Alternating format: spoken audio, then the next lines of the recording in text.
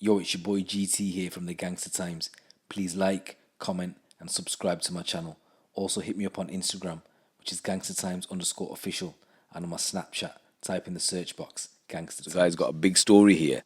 Britain's biggest ever informant will have a target on his back for life after his evidence jailed 29 gangsters for 250 years. He must hide under a new identity after giving key information at 6 major organised crime group trials. Investigators took 8 months, 115 recorded interviews, and 10,000 pages of evidence to bring them to justice. So his role is like what Ray Liotta played as Henry Hill in Goodfellas, and it actually can be reported today after he and his family were given protective custody. Teesside Crown Court heard that the former drug dealer was tortured after he stole cocaine from a drug baron, made a deal with police and prosecutors, believed he and his family will receive secure accommodation, a new identity, and the ability to start afresh in return for the unprecedented help he gave. So he's called Mr. X, and he spent 40 days in the witness box, and the criminals he shopped now stand to lose millions under the proceeds of crime powers. Before getting official protection, he confessed to 23 offences, including drug dealing, arson, and burglary. In return for his evidence, he was given a 15-month suspended term instead of up to 14 years. So these are some of the individuals that he informed on. So, as I stated, Mr. X put 29 criminals behind bars, and those include Anthony Sweeney, who was 34 years old, of Tyne Ware. He got 10 years for conspiring to supply drugs, kidnap, false imprisonments, and assault. Benjamin Cahill from Doncaster got 5 years and 3 months for a conspiracy to supply drugs. Ivan Nikolic got 21 years for conspiracy to supply drugs. David Gloyn of Durham got 21 years for conspiracy to supply drugs, kidnap, and false imprisonment. Melanie Bevan from Durham was convicted of conspiracy to supply drugs and is due to be sentenced in May. Tony Trott got 22 years for conspiracy to possess a firearm and ammunition with intent to endanger life after a shooting. James Ratcliffe got 22 years for possessing a firearm and ammunition with intent to endanger life. Lee Barnett got 16 years for possession of a firearm and ammunition with intent to endanger life. So Judge Deborah Sherwin told Mr. X, "It is believed the assistance you provided is the greatest ever in this country. If your life wasn't in danger before, I am certain it is now. Wherever you live, you will spend your life constantly in fear. I have no doubt you will be professionally sought by those who wish to harm you." She said, "If not for people like you in arrangements such as this, many dangerous offenders would not have been brought to justice."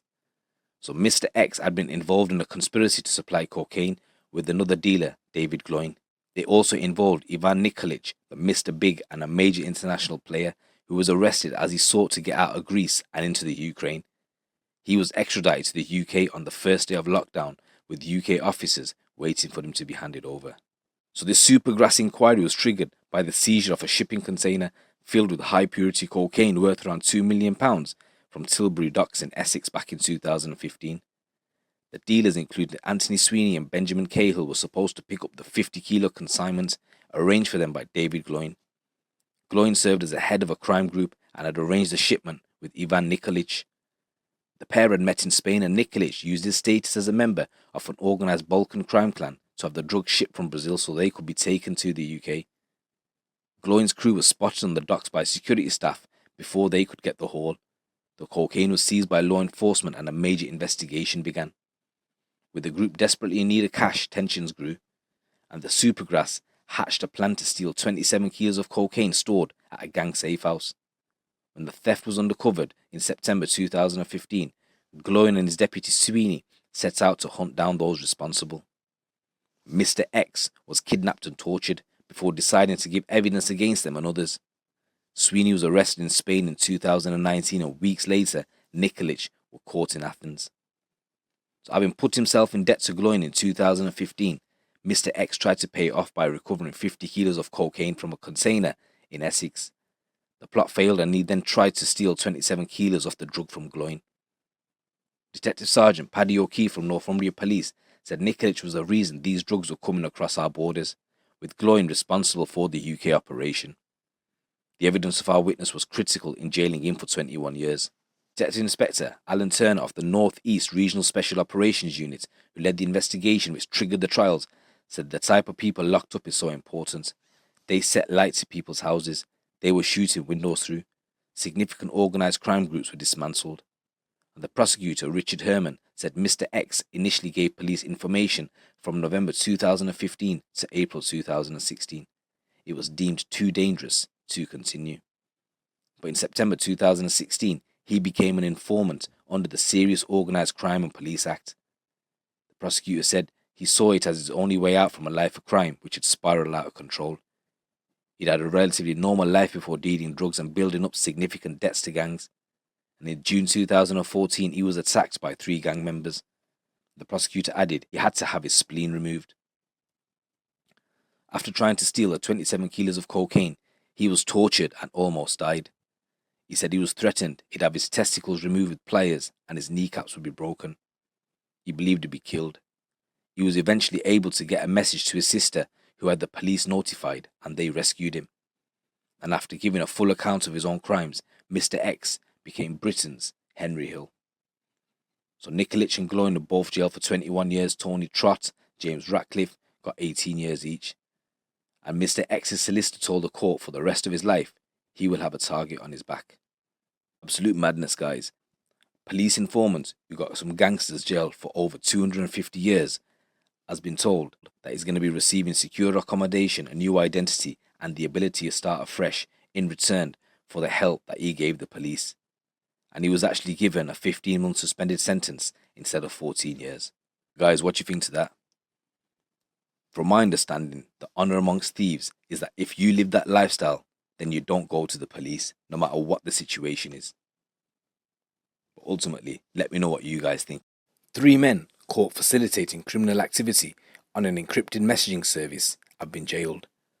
Paul Dillon, who's 32, Alexander Keating, who's 30, used EncroChat to discuss the transfer of a viable firearm and communicated with Dylan Garforth, who's 25 years old, to supply Class A and Class B drugs. The trio were caught by detectives from the Serious and Organised Crime Units after they were able to access the communications network that was used exclusively by criminals. Dillon was sentenced to 18 years in prison, Keating 22 years and 5 months, and Garforth was given a 15-year sentence. The bespoke EncroChat service was cracked by international law enforcement in May 2020, and Keating pleaded guilty to conspiracy to supply 30 kilos of high-purity cocaine and large amounts of cannabis. Dillon pleaded guilty to conspiring to supply 3 kilos of high-purity cocaine, large amounts of ketamine, and supplied over £500,000 worth of cannabis. And Garforth pleaded guilty to conspiracy to supply 10 kilos of high-purity cocaine. Dillon and Keating also admitted to conspiracy to transfer a firearm and was sentenced alongside Garforth today. Dillon used the codename Wasplawn to communicate with Keating, of witness who used the handle Dulcuna and Wealthy Mace, and Garforth called himself Dio Ice. Detectives monitored their criminal communication and gathered evidence over a 3-month period. A warrant was executed at Dillon's address on Tuesday 30th of June 2020 and police seized almost £30,000 in cash.